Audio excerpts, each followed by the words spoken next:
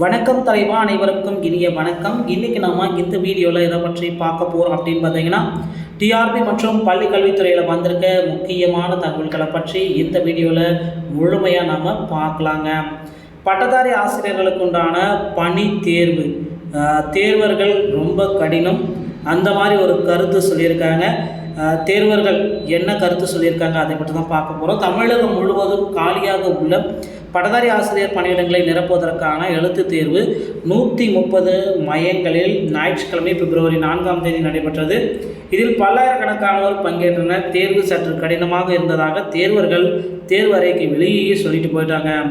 தமிழகத்தில் பள்ளிக்கல்வித்துறையின் கீழ் இயங்கும் அரசு பள்ளிகள் மற்றும் அரசு உதவி பெறும் பள்ளிகளில் 2582 பட்டதாரி ஆசிரியர் பணியிடங்களை நிரப்ப ஆசிரியர் பணியிடங்கள் காலியாக உள்ளன. இதற்காக நேரடி நியமன அறிவிப்பை ஆசிரியர் தேர்வு வாரியம் கடந்த ஆண்டு வெளியிட்டது. இந்த தேர்வில் பங்கேற்க மாநிலம் முழுவதும் 41,485 பேர் விண்ணப்பித்திருந்தனர். இந்த நிலையில் பட்டதாரி ஆசிரியர் பணியிடங்களுக்கு போட்டித் தேர்வு தமிழகம் முழுவதும் 130 மையங்களில் நடைபெற்றதுங்க.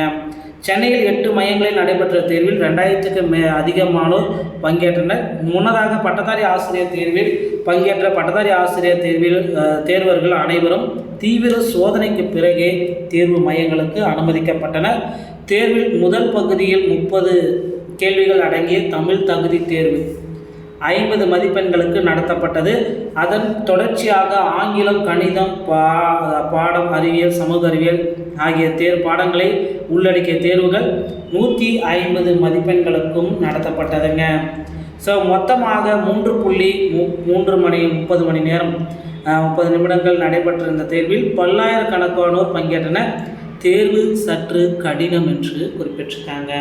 ஸோ கிட்டத்தட்ட இதில் ஒரு 1500 நபர்கள் பார்த்திங்கன்னா ஆப்சண்ட்டும் ஆகியிருக்காங்க. இதனால் இந்த யூஜிடிஆர்பியோடைய கட் ஆஃப் ரேஷியோ ரொம்ப கம்மியாகும். கவலையே பட வேண்டாம். டிஆர்பி மற்றும் பள்ளிக்கல்வித்துறை சொந்தமான செய்திகள் அனைத்தையும் உடனுக்குடன் பெற நம்ம சேனலோடு இணைந்திருங்கள். நன்றி, வணக்கம். அடுத்த வீடியோவில் இன்னொரு செய்தியோடு உங்களை சந்திக்கிறேன். தேங்க்யூ.